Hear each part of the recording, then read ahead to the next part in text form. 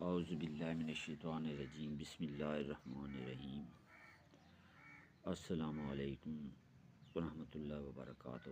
اللہم صلی علی محمد النبی الامی وعلی آلہ وسلم تسلیما۔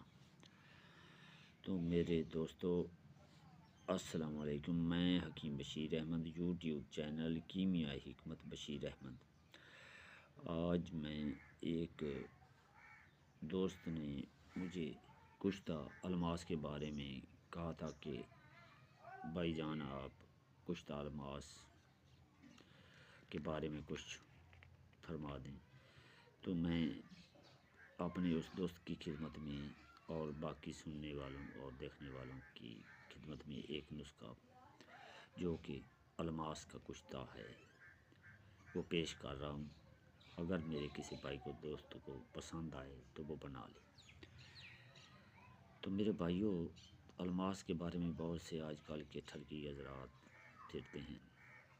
یہ میرے پاس ایک نسخہ ہے، یہ نسخہ آپ لوگ اگر چاہیں تو بنا لیں۔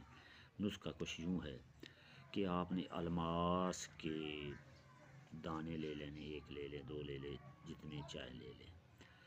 اس کو الماس کے دانوں کو روغن پھٹکڑی جو ہے اس میں غوطہ دینا ہے سرخ کر کے۔ پہلے الماس کے دانوں کو لال برنر کی مدد سے یا کسی پٹھی میں آپ نے لال سرخ کر لینا ہے، اور اس کے بعد اس کو روغن پھٹکڑی میں غوطہ دینا ہے۔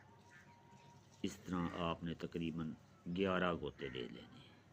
جب آپ اس کو 11 غوطے دے لیں تو پھر تیزاب گندھک جو کہ ولیتی تیزاب ہو، ولیتی تیزاب آپ سمجھتے ہیں، ولیتی تیزاب گندھک، اس میں جب آپ 11 بجاوے دیں گی تو اس کی چمک ختم ہو جائے گی۔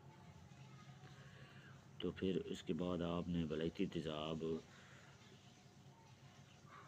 گندھک میں ان دانوں کو جو ایک ہیں یا دو ہیں ان کو کھرل کرنا ہے اچھی طرح سے، وہ کھرل ہو جائیں گے۔ کھرل کر کے پھر آپ نے اس کے جوڑ اڑانے ہیں۔ یہ ایک عجیب راز ہے کہ جب تک الماس میں یہ خاصیت پیدا نہ ہو کہ اس کو بند کر کے اگرچہ جوہر کیے جائیں تو جوہر آ جائیں، وہی الماس جذب سماب ہوتا ہے۔ میرے بھائیوں، آج